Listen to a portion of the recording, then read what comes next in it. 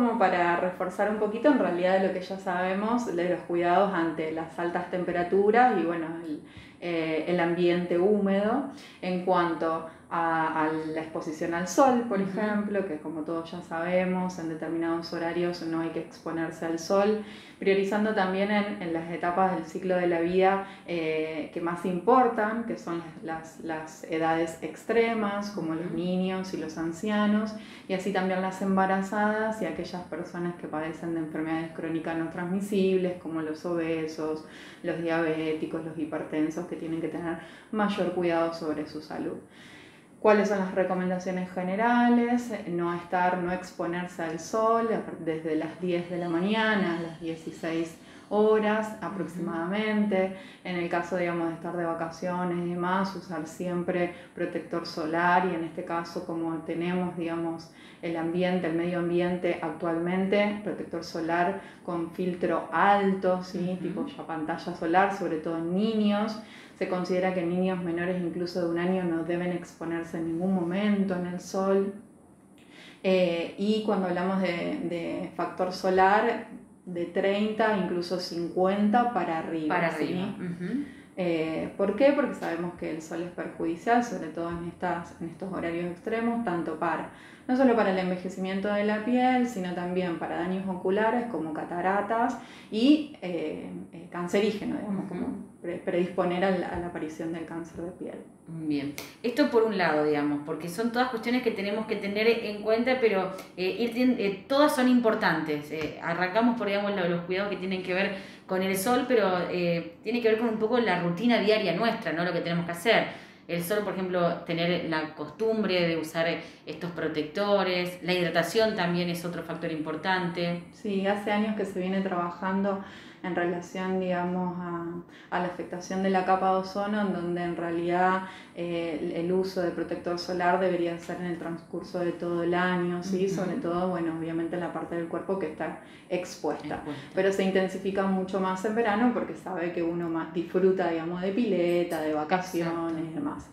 A su vez también no deja de ser importante, justamente por lo que venimos hablando, el tema de la hidratación.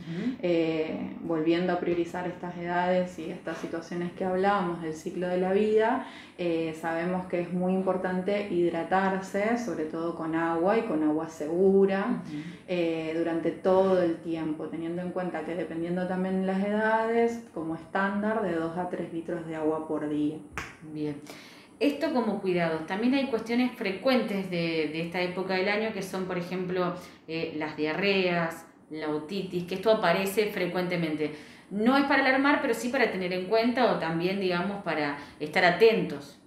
Sí, justamente por ahí, por las situaciones de altas temperaturas, lo que suele suceder es que por ahí, si nos alivianamos, por decirlo de alguna manera, en cuanto al lavado de verduras, de frutas, a la conservación de ciertos alimentos, hace que, si bien hay edades, como por ejemplo la edad pediátrica es la más frecuente, pero se puede dar a cualquier edad, las diarreas o las gastroenteritis en general se presentan muchísimo más en etapas, digamos, del año, como lo es el primavera-verano, ¿sí? Por esto que estaba comentando.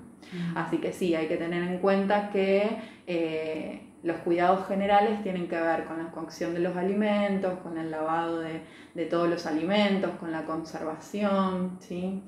Con el lavado de manos, por supuesto, a la hora de manipular esos alimentos.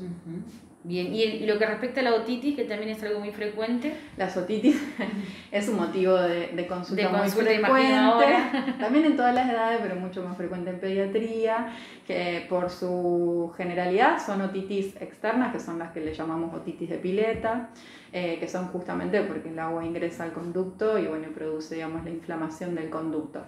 Sí, para decir, al contrario de lo que se dice, digamos, lo que se maneja en lo cotidiano del uso de hisopos, no es recomendable, por supuesto. ¿Por qué no es recomendable? Porque elimina, digamos, la capa externa de que nos protegen, digamos, de la aparición de otros virus o de otras bacterias. Y además remueve, digamos, el cerumen y puede formar, o sea, la cera, y puede formar incluso un tapón de cera que después puede complicar aún más la situación. ¿Qué es lo recomendable en estas situaciones? Para aquellas personas que son habitués, digamos, de las piletas, que están en las piletas diariamente, pueden favorecer, digamos, la absorción de ese agua que pudo haber quedado en el conducto simplemente con 1 o 2 gotitas de alcohol posterior a la exposición de la pileta, justamente para prevenir esa aparición de otitis. Bien. Belén, este va a ser un verano atípico, ya lo está haciendo. Sabemos que no, digamos, no se fue la pandemia, todavía está, y a su vez hay mucha gente que de todos modos elige vacacionar fuera de la provincia, en algún otro lugar, o bueno, se frecuentan piletas, toda esta cuestión que decíamos que hay que tener en cuenta normalmente, hay que reforzarla un poquito también este verano particularmente, digamos. Además de todo esto, hay que seguir con los otros cuidados. Sí, venimos, digamos, el contexto de pandemia aún sigue. Sí es cierto que es necesario, después del año estresante que hemos vivido todos, necesitamos en algún momento frenarnos un poco y descansar. Lo recomendable en estos casos es para cuando decidamos, digamos, vacacionar, dependiendo dónde decidamos ir, primero asesorarse, digamos, qué es lo necesario, sobre todo salir por fuera de la provincia, bueno, con mucha más razón por fuera del país, asesorarnos bien en relación a ello, eso por un lado. Pero sí remarcar que vayamos donde vayamos, necesitamos seguir con las medidas básicas, digamos, de protección en cuanto al distanciamiento social, el uso correcto del barbijo, el lavado frecuente de manos. Eso va a seguir y va a persistir por mucho tiempo más y ya tendría que estar instaurado en todos nosotros, pensando no solamente en nuestro cuidado, sino en el de nuestra familia, aquellas personas que corren riesgo, que tienen factores de riesgo, y eso hace que sea en realidad un cuidado colectivo. Claro. Nunca está de más tener, digamos, hablando de esto, ¿no? Del verano, los cuidados, el hecho de que muchos con un año estresante deciden vacacionar igual, nunca está de más tener un botiquín, digamos, hay que tener uno en casa.